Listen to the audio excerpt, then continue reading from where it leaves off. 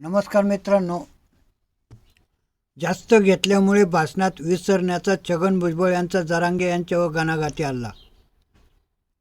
छगन भुजबळ यांनी प्रतिक्रिया व्यक्त केली आहे. मी अशा कोलेकोईला बीक घालत नाही.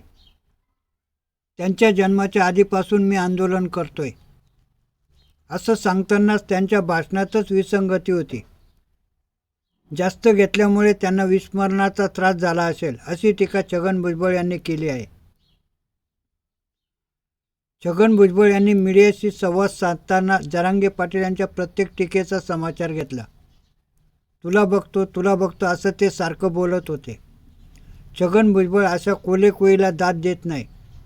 भुजबळ आयुष्यभर अशा दादागिरीच्या विरोधात लढला आहे. तुमच्या जन्माच्या आधीपासून भुजबळ लढत आहे असा पलटवार छगन भुजबळ यांनी केला आहे. अरे केलं तर कारे होईलच. कधी म्हणतात येवल्याचा येडपट आहे.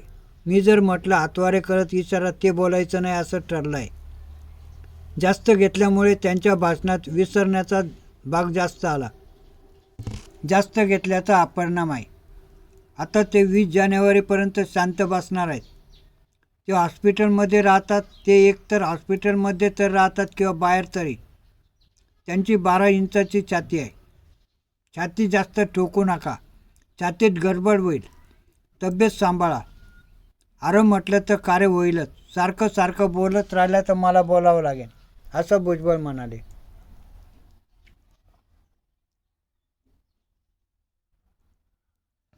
भुजबळावर टीका नाही केली तर काय बोलणार. त्यांचं अर्ध भाषण फक्त भुजबळ यांच्यावरच होतं. नंतरचं भाषण लेकरं वगैरे होतं. भुजबळांवर बोललं नाही, टीका केली नाही तर भाषणात बोलणार काय. मी कालच म्हटलं व्यायांना आरक्षण द्या. व्यायांना आरक्षण द्या. पण तो मुद्दा त्यांनी आज घेतला नाही. काय झालं माहीत नाही. त्यांच्या स्मरणशक्तीत गडबड आहे. एकाच भाषणात दुहेरी बोलतात. हॉटेल भुजबळ किंवा त्यांच्या माणसांनी जाळलं असं सुरुवातीला म्हणे मराठ्यांना डाग लावला. आधी म्हणाले सरकारी अधिकाऱ्यांनी घरं आणि हॉटेल जाळलं. आता भुजबळांचं नाव घेत आहे. थोड्या वेळाने म्हणतात मराठ्यांच्या वाट्याला जाऊ नका. बीडला काय होतं ते लक्षात ठेवा. म्हणजे बीडला जे झालं ते तुम्हीच केलं हे सिद्ध होतं ना. तुम्हीच कबूल केलं आहे. त्यामुळे त्यांनी थोडं अनुलोम विलोम प्राणायाम ध्यानधारणा करावी.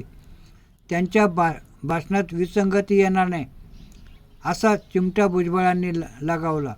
अशीच नवनवीन माहिती मिळवण्याकामी कृपया आपल्या चॅनलला सबस्क्राईब करावे ही नम्र विनंती. धन्यवाद.